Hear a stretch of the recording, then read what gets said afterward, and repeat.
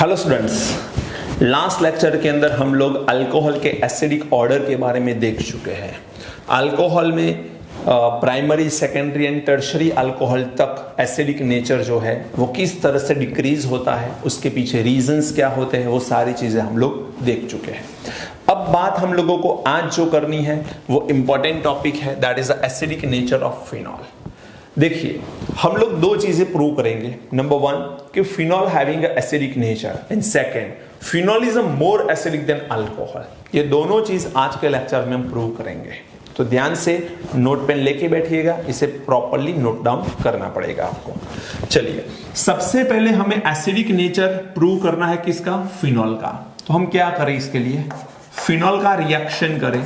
याद करिए, अल्कोहल का एसिडिक नेचर प्रूव करने के लिए हम लोगों ने क्या किया था? एक्टिव मेटल के साथ अल्कोहल का रिएक्शन किया था, उसके बाद NaNH2 के साथ रिएक्शन किया था, फिर NaOH के साथ रिएक्शन किया था। बट NaOH के साथ सिर्फ मिथेनॉल रिएक्शन देता था। Other alcohol can not give a reaction with the sodium hydroxide. तो यहां पर फिनॉल है, ये फिनॉल किसके साथ रिएक्शन करेगा? तो सबसे पहले एक्टिव मेटल के साथ, like sodium, magnesium and aluminium. Sodium, magnesium and aluminium जैसे मेटल के साथ रिएक्शन करेगा। तो इन बिटवीन जैसे ये रिएक्शन होगा, यहां पर हमको मेटल अल्कोक्साइड मिलेगा, एंड मेटल अल्कोक्साइड मिलने के साथ साथ डाइहाइड्रोजन गैस रिलीज होगा। तो एक्टिव मेटल जब डाइहाइड्रोजन गैस रिलीज करती है तो फिनॉल के H+ का रिडक्शन होके ही ये डाइहाइड्रोजन गैस रिड्यूस होता है। मेरे वर्ड को ध्यान से सुन लेना, फिनॉल के H+ का रिडक्शन होता है तभी जाके डाइहाइड्रोजन गैस रिलीज होता है। इसका मतलब ये है कि phenol release H+ and that's why the phenol having a acidic nature. ये प्रूव होता है। दूसरा पॉइंट, यदि मैं फिनॉल ले लूं एंड फिनॉल का रिएक्शन में सोडियम हाइड्रोक्साइड के साथ कर लूं, जनरली मिथेनॉल के अलावा नॉर्मल अल्कोहल एक्वायस NaOH के साथ रिएक्शन नहीं देते हैं, बट फिनॉल का NaOH के साथ आप रिएक्शन करोगे तो यहां पर आपको क्या मिलेगा? तो यहां पर आपको मिलेगा सोडियम, सॉरी ये अल्कोक्साइड नहीं आएगा, ये फिनॉक्साइड आएगा बेटा। क्यों? अल्कोक्साइड तो तब लिखते थे जब यहां पर अल्कोहल हो, ये फिनॉल है तो क्या आएगा? Phenoxide. My mistake. Sodium phenoxide again यहां पर आएगा, एंड सोडियम फिनॉक्साइड मिलेगा, उसके साथ साथ यहां पर वाटर मिलेगा। क्या मिलेगा? वाटर। तो NaOH के साथ कोई एसिड रिएक्ट करके न्यूट्रलाइजेशन प्रोसेस होती है, salt and water will release, neutralisation reaction है ये। तो हम लोग बोल सकते हैं कि फिनॉल हैविंग एसिडिक नेचर। तो फिनॉल एसिड है या एसिडिक नेचर रखता है, ऐसा ये दो रिएक्शन से हम प्रूव कर सकते हैं, इसमें कोई बड़ी बात नहीं है। अब हमको देखना है कि फिनॉल यदि हमारे पास है तो फिनॉल आसानी से H+ रिलीज कर सकता है कि नहीं कर सकता। तो सबसे पहले तो आप फिनॉल के स्ट्रक्चर को देखिए ध्यान से। तो फिनॉल का जो ऑक्सीजन है वो बेंजीन के कार्बन के साथ ज्वाइंट है। अब जब बेंजीन के कार्बन के साथ ज्वाइंट है तो बेंजीन का जो कार्बन है वो sp2 हाइब्रिडाइज्ड कार्बन है, एंड बेंजीन का कार्बन sp2 हाइब्रिडाइज्ड कार्बन है। तो इससे क्या होता है कि मोर इलेक्ट्रोनेगेटिव कार्बन है compare to sp3 hybridised carbon. आप लोगों को पता होगा कि जब भी कोई sp2 हाइब्रिडाइज्ड कार्बन होता है तो इसका S कैरेक्टर ज्यादा होता है कंपेयर टू sp3। जितना S कैरेक्टर ज्यादा होगा उतनी इलेक्ट्रोनेगेटिविटी ज्यादा होगी, एंड इलेक्ट्रोनेगेटिविटी ज्यादा होगी तो इलेक्ट्रॉन को अट्रैक्ट करने की कैपेबिलिटी बढ़ जाएगी। तो यहां पर फिनॉक्साइड आयन, फिनॉक्साइड के अंदर क्या होगा या फिनॉल के अंदर क्या होगा कि ये दो इलेक्ट्रॉन यहां पर शिफ्ट होंगे। तो यहां से ये दो इलेक्ट्रॉन नेक्स्ट कार्बन के ऊपर as a negative charge shift हो जाएंगे। तो हमको यहां पर एक रेजोनेटिंग स्ट्रक्चर मिलेगा, और वो स्ट्रक्चर कुछ होगा इस तरह से। डबल बॉन्ड हो जाएगा यहां पर O बॉन्ड H। यहां पर 2 लोन पेयर थे, उसमें से एक लोन पेयर बच गया, ऑक्सीजन के ऊपर पॉजिटिव चार्ज रहेगा। यहां से पाई इलेक्ट्रॉन शिफ्ट हो जाएंगे नेक्स्ट कार्बन के ऊपर, नेगेटिव चार्ज आएगा। चलिए, इसके आगे क्या हो सकता है? तो यहां से 2 इलेक्ट्रॉन यहां पर शिफ्ट होंगे, यहां से पाई इलेक्ट्रॉन यहां पर शिफ्ट होंगे। तो अगेन यहां पर स्ट्रक्चर देखिए, तो स्ट्रक्चर बनेगा कुछ इस तरह से, नेगेटिव चार्ज विद 2 इलेक्ट्रॉन, यहां पर पाई बॉन्ड एंड यहां पर बनेगा पाई O bond H। 2 electron with positive charge. फिर नेक्स्ट क्या होगा, तो यहां से ये 2 इलेक्ट्रॉन यहां पर आएंगे, ये बनेगा पाई बॉन्ड, और यहां से ये pi bond electron next carbon के ऊपर शिफ्ट करेगा। तो अगेन रेजोनेटिंग स्ट्रक्चर कैसा बनेगा, यहां से नेगेटिव चार्ज, यहां पर आएंगे 2 electron, double bond O bond H, 2 electron and positive charge. And उसके बाद क्या होगा, तो यहां से 2 इलेक्ट्रॉन आएंगे यहां पर, यहां से 2 इलेक्ट्रॉन शिफ्ट होंगे ऑक्सीजन की तरफ। तो फाइनली हमारे पास स्ट्रक्चर कैसा बनेगा,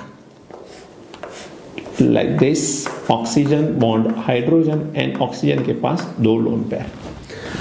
टोटल 5 स्ट्रक्चर मैंने ड्रॉ किए हैं। सब में देखिए सबसे पहले तो चार्ज्ड, इसमें चार्ज नहीं है, दैट इज अ चार्जलेस। इसमें एक पॉजिटिव एक नेगेटिव, मींस टोटल चार्ज यहां पर भी 0, टोटल चार्ज यहां पर भी 0, यहां पर भी 0, यहां पर भी 0। रेजोनेटिंग स्ट्रक्चर का रूल है कि कॉमन चार्ज कैरी करना चाहिए, मींस पहले स्ट्रक्चर के अंदर यदि नेगेटिव चार्ज है तो सारे रेजोनेटिंग स्ट्रक्चर में नेगेटिव चार्ज कैरी होना चाहिए, यदि पॉजिटिव चार्ज है तो सारे रेजोनेटिंग स्ट्रक्चर के अंदर पॉजिटिव चार्ज कैरी होना चाहिए। एंड चार्ज नहीं है, चार्जलेस है, तो फिर चार्ज न्यूट्रल ही होना चाहिए स्ट्रक्चर फिर पूरा का पूरा। अंडरस्टूड?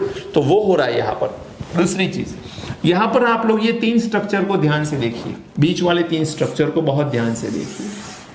ये तीनों स्ट्रक्चर में एक चीज कॉमन आपको देखने को मिलेगी, that is oxygen having a positive charge. Oxygen having a positive charge. अब ये ऑक्सीजन के ऊपर पॉजिटिव चार्ज हमको देखने को मिल रहा है, तो इसका मतलब ये हो रहा है कि ऑक्सीजन यहां पर अनस्टेबिलिटी रखेगा। क्यों अनस्टेबल बनेगा? एक रूल आपको पता होना चाहिए कि oxygen is a more electronegative element, and more electronegative element जो होता है उसके ऊपर नेगेटिव चार्ज ही उसे स्टेबिलिटी प्रोवाइड करता है। ऑक्सीजन क्या बोलेगा, भैया मुझे नेगेटिव चार्ज चाहिए। जब हम प्रोवाइड करें पॉजिटिव चार्ज तो वो अनस्टेबल रहेगा, उसकी मर्जी है नेगेटिव चार्ज को लेने की, हम दे रहे हैं पॉजिटिव चार्ज, तो हम ऑपोजिट चार्ज दे रहे हैं, that's why this is unstable. तो ये होगा अनस्टेबल, तो ये चाहेगा कि अपना पॉजिटिव चार्ज ये लूज करे। अब पॉजिटिव चार्ज लूज करने के लिए ये अपने ये 2 इलेक्ट्रॉन यहां से कैरी करेगा, H+ को आसानी से रिलीज करेगा। आप सबको पता होना चाहिए जितना ये आसानी से H+ रिलीज होगा, H+ का रिलीज होना वही तो रीजन है एसिडिक नेचर होने का। तो इसके पास एसिडिक नेचर आसानी से आ सकता है बिकॉज ये अनस्टेबल है। ये स्टेबल होने के लिए अपने पास जो H+ है या हाइड्रोजन है उसे एज H+ वो आसानी से रिलीज कर लेगा। तो हम लोग बोल सकते हैं कि फिनॉल आसानी से यहां पर एसिड हो सकता है या एसिडिक नेचर रख सकता है। अब हम लोग अल्कोहल के साथ इसकी कंपैरिजन करना चाहते हैं। तो यदि मैं अल्कोहल ले लूं R bond O bond H, oxygen के ऊपर यहां पर है लोन पेयर, और इसका रिएक्शन हम लोग कर सकते हैं, चलिए वाटर के साथ नहीं करना, हम डायरेक्टली लिखते हैं रिवर्सिबल प्रोसेस। तो यहां से ये बॉन्ड ब्रेक होगा, दोनों इलेक्ट्रॉन ऑक्सीजन की तरफ आएंगे, तो यहां पर क्या आएगा R bond O, and oxygen के ऊपर आएगा नेगेटिव चार्ज, एंड यहां पर बनेगा H+।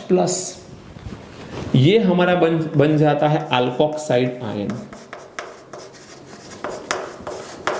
Alkoxide ion. दूसरी चीज यहां पर यदि मैं फिनॉल ले लूं, फिनॉल का स्ट्रक्चर ले ले ऐसा कोई O bond H।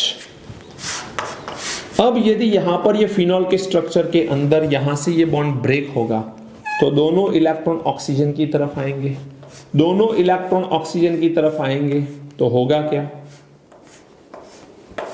Single bond, and ये ऑक्सीजन के ऊपर 6 इलेक्ट्रॉन एंड नेगेटिव चार्ज यहां पर रिलीज होगा H+। बोलो समझ में आ रहा है? इसे बोलते हैं हम लोग phenoxide ion. This is a phenoxide ion. तो यहां पर ये फिनॉल है, यहां पर फिनॉक्साइड आयन है, दोनों H+ रिलीज कर रहे हैं। जब दोनों H+ रिलीज कर रहे हैं तो ये दोनों एसिडिक है, means alcohol and phenol both are acidic due to releasing of H+।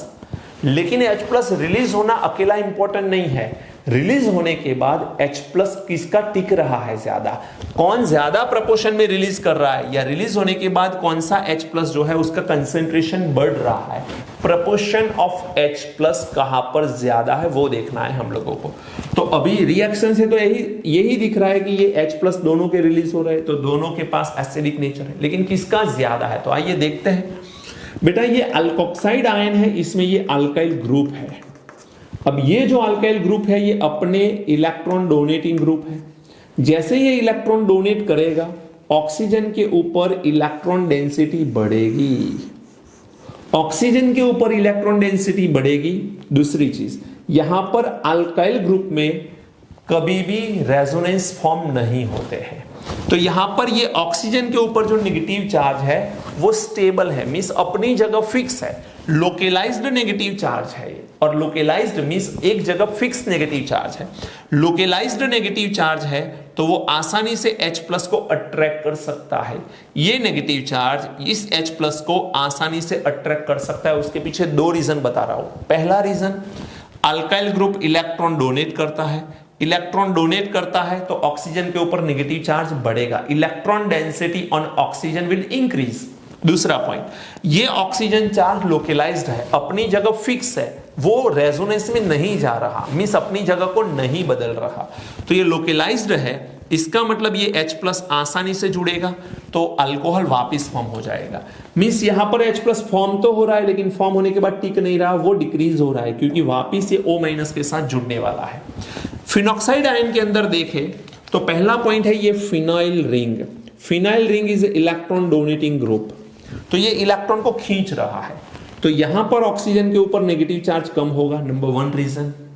यहां पर उल्टा था, ये प्लस आई इफेक्ट देता था, ये माइनस आई इफेक्ट दे रहा है, तो यहां पर ये इलेक्ट्रॉन अपनी तरफ अट्रैक्ट कर रहा है तो ऑक्सीजन के ऊपर इलेक्ट्रॉन चार्ज कम हो जाएगा, नंबर वन। सेकेंड पॉइंट ये आएगा कि ये इलेक्ट्रॉन कॉन्जुगेटेड सिस्टम के अंदर है। देखो lone pair, sigma bond, pi bond, sigma bond, pi bond, sigma bond, pi bond, sigma bond, lone pair, तो ये कॉन्जुगेटेड सिस्टम है।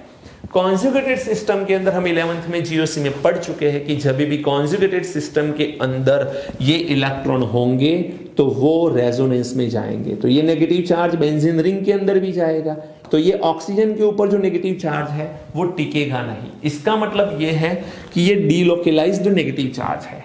बेटा डीलोकेलाइज्ड नेगेटिव चार्ज है तो यहां पर H प्लस का इसके साथ जुड़ना थोड़ा डिफिकल्ट हो जाएगा, तो H प्लस आसानी से O माइनस के साथ रिएक्शन नहीं कर सकता, आसानी से फिनॉक्साइड आयन के साथ रिएक्ट करके वापस आसानी से फिनॉल नहीं बना सकता कंपेयर टू अल्कोहल।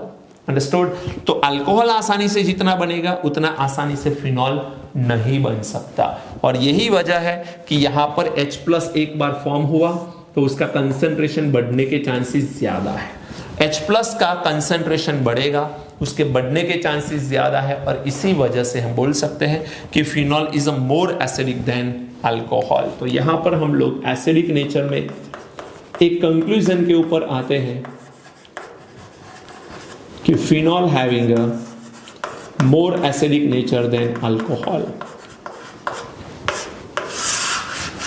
अब यहां पर हमें यह भी प्रूव करना पड़ेगा, थियरी में जब लिखने को आपको पूछे तो आपको पता होना चाहिए कि ये ऑक्सीजन के ऊपर जो नेगेटिव चार्ज है वो कहां जा रहा है, तो डीलोकेलाइज्ड हो रहा है, फिनाइल रिंग के अंदर जा रहा है, और यही रेजोनेटिंग स्ट्रक्चर वापिस मिलेंगे। एक बार ड्रॉ करके दिखाता हूं आपको, देखिए फिनॉक्साइड आयन है ये वाला हमारे पास, ये ड्रॉ कर दिया मैंने, देखो वापिस। अब इसमें रेजोनेंस होगा तो होगा क्या, यहां से दो इलेक्ट्रॉन पाई बॉन्ड फॉर्म करेंगे, पाई बॉन्ड के इलेक्ट्रॉन नेक्स्ट कार्बन के ऊपर चले जाएंगे, तो यहां पर मेरे पास कुछ इस तरह से ऑक्सीजन आएगा यहां पर,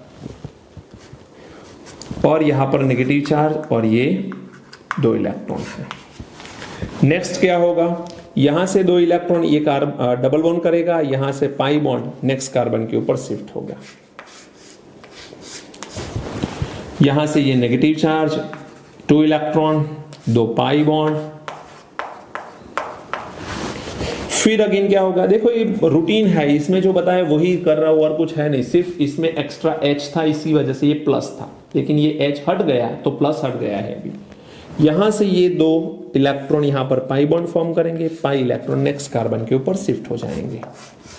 तो हमको स्ट्रक्चर क्या मिलेगा, negative charge 2 electron, 2 pi bond oxygen के ऊपर लोन पेयर। अगेन यहां पर क्या होगा, रेजोनेटिंग स्ट्रक्चर बनेगा। ये 2 इलेक्ट्रॉन यहां पर पाई बॉन्ड फॉर्म करेंगे और यहां से ऑक्सीजन के ऊपर इलेक्ट्रॉन चले जाएंगे। तो हमको यहां पर मिलेगा कुछ ऐसा स्ट्रक्चर, ऑक्सीजन के ऊपर 6 इलेक्ट्रॉन और ये नेगेटिव चार्ज। टोटल हमारे पास 5 स्ट्रक्चर है, राइट। अब ये 5 स्ट्रक्चर के अंदर आप देखिए कि ये और ये लास्ट वाला स्ट्रक्चर, ये 2 ही स्ट्रक्चर ऐसे जिसमें ऑक्सीजन के ऊपर नेगेटिव चार्ज है। बाकी 3 स्ट्रक्चर में ऑक्सीजन के ऊपर नेगेटिव चार्ज नहीं है। इसका मतलब यह है कि जब ऑक्सीजन के ऊपर नेगेटिव चार्ज नहीं है तो वो H+ को कैसे अट्रैक्ट कर सकता है, अंडरस्टूड।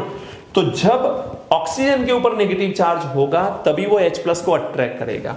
तो ये फिनॉक्साइड आयन का नेगेटिव चार्ज वो फिनाइल रिंग के अंदर मूव कर रहा है, देखिए डिफरेंट कार्बन के ऊपर ऑर्थो एंड पैरा पोजीशन के अंदर, और इसी वजह से हम बोल सकते हैं कि फिनॉक्साइड आयन फॉर्म हुआ, लेकिन वापिस H+ से जुड़ना उसका डिफिकल्ट है। और एक बार H+ ऑब्टेन हुआ सो हुआ, तो H+ का कंसंट्रेशन बढ़ेगा, that's why the phenol having a more acidic nature. तो ये एक कंक्लूजन पे हम लोग आए हैं। अब मुझे एक आपको ऑर्डर दिखाना है, एमसीक्यू के अकॉर्डिंग ये ऑर्डर आपको पूछा जाता है। नीट, JEE एंड गुजकेट की एग्जाम के लिए बहुत ही इंपॉर्टेंट है ये ऑर्डर। इस ऑर्डर का लॉजिक क्या है और ऑर्डर किस तरह से, उसको समझने से पहले इसे नोट डाउन कर लीजिए। This is a very important information, तो इसे लिख लीजिए, फिर हम लोग एक छोटा सा एमसीक्यू करते हैं। अब हमको एक छोटा सा एमसीक्यू करना है। बात है acidic order of phenol compound. देखिए मैं 3 यहां पर कंपाउंड ले रहा हूं फिनॉल के, ये खुद फिनॉल, इसे बोलते हैं हम लोग फिनॉल। एक कंपाउंड ले रहे हैं हम लोग क्रेसॉल, यहां पर पैरा पोजीशन के अंदर मिथाइल ग्रुप है तो इसे बोलेंगे हम लोग पैरा क्रेसॉल। एंड एक कंपाउंड हम लोग ले रहे हैं on the benzene ring OH in para position NO2, that means इसे बोलेंगे हम लोग पैरा नाइट्रोफिनॉल।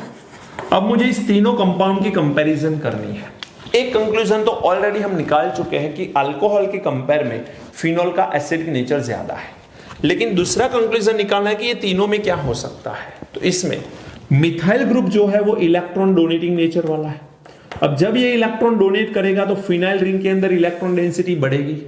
समझना, methyl group is a electron donating group. Electron donating group है, प्लस आई इफेक्ट वाला ग्रुप है, तो फिनाइल रिंग के अंदर इलेक्ट्रॉन डेंसिटी बढ़ेगी। इसकी इफेक्ट इस OH ग्रुप के ऊपर भी होगी। OH ग्रुप के ऊपर भी इलेक्ट्रॉन डेंसिटी बढ़ेगी।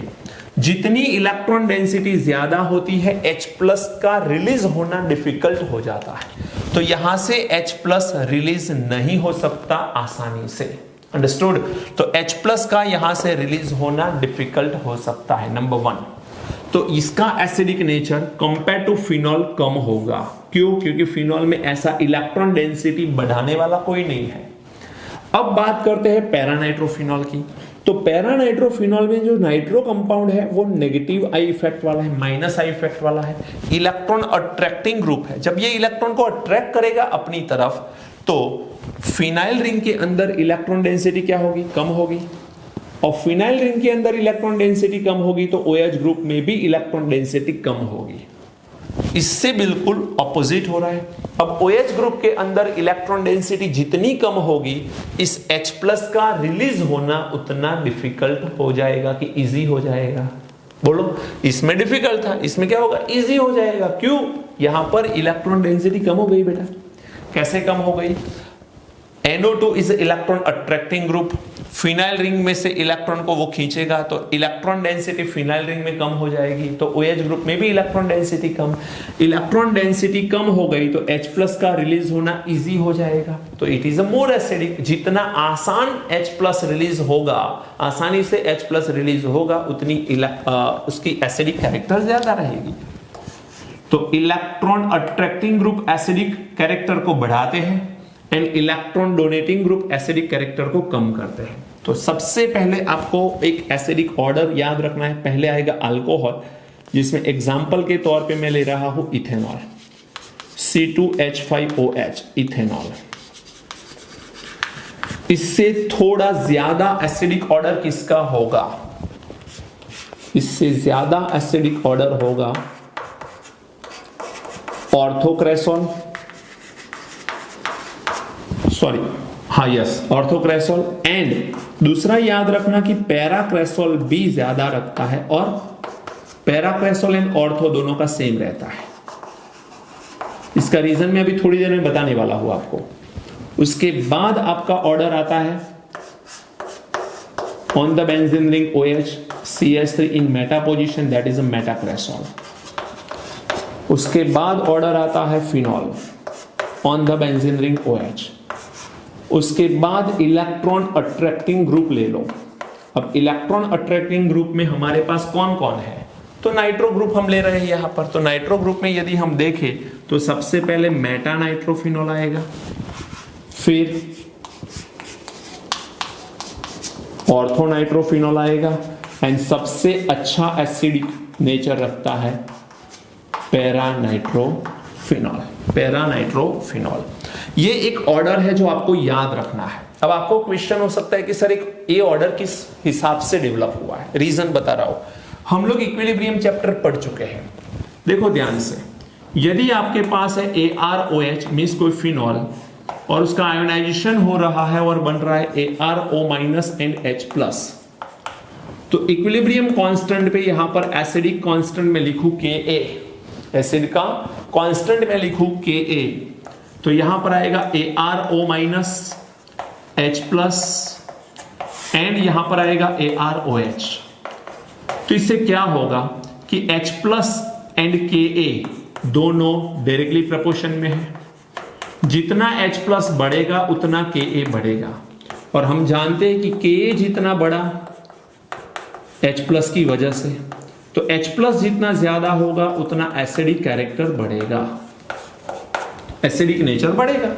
तो हम बोल सकते हैं कि K बढ़ने से एसिडिक नेचर बढ़ता है। अब आप लोग एक और टर्म जानते हो, that is pKa। pKa is equal to -log10 Ka। क्या जानते हो आप? बोलो। इक्विलिब्रियम चैप्टर में पढ़ चुके हैं, ये वाला भी पढ़ चुके हैं। अब इससे यदि हमने Ka बढ़ा दिया तो ये नेगेटिव लॉग है, तो pK क्या होगा? कम होगा। तो यहां पर एक और कंक्लूजन आता है कि pKa जितना कम उतना एसिडिक नेचर ज्यादा। याद रखना, और ये प्रैक्टिकली प्रूवन है कि pKa इथेनॉल का ज्यादा है। इथेनॉल का pKa ज्यादा है, इसलिए इसका एसिडिक नेचर क्या है? कम। उससे pKa की कीमत यहां पर कम होती है, ये दोनों की सेम रहती है, तो इसका एसिडिक नेचर जो है वो ये कम हुआ pKa की वैल्यू, इसलिए एसिडिक नेचर बढ़ा। इसका कम, तो ग्रेजुअली डिक्रीज होता जाता है, तो एसिडिक नेचर इनका बढ़ा। अंडरस्टूड? तो समझने की बात यह है, इक्विलिब्रियम चैप्टर के अंदर Ka का इंपॉर्टेंट रोल क्या है वो हम पढ़ चुके हैं। आपको पता होना चाहिए, प्रैक्टिकली प्रूवन है। इसके पीछे भी लॉजिक है, लेकिन वो लॉजिक में जाने से कोई बेनिफिट नहीं होने वाला हमें, तो इससे बेहतर ये होगा कि आप ये ऑर्डर को मेमोराइज कर लो। This is very important order. ये ऑर्डर आपसे पूछा जाता है डिफरेंट कॉम्पिटिटिव एग्जाम के अंदर। ये क्वेश्चन आ चुका है नीट के अंदर, तो आपको अच्छे से तीनों एग्जाम के लिए इंपॉर्टेंट है ऐसा मैं बोल सकता हूं, याद करना है आपको। That is a very good question. Okay, चलिए तो आज का लेक्चर यहां तक रखते हैं। कल से हम लोग एक बहुत अच्छा टॉपिक शुरू करने वाले हैं कल से, that is esterification, and detail में पढ़ेंगे। नीट और जेई लेवल से हम लोग कंप्लीट करेंगे उसे, जिसके एस्टरिफिकेशन का कोई भी क्वेश्चन आए तो आप आसानी से वो कर पाओगे। तब तक पढ़ाई करते रहिए। All the very best.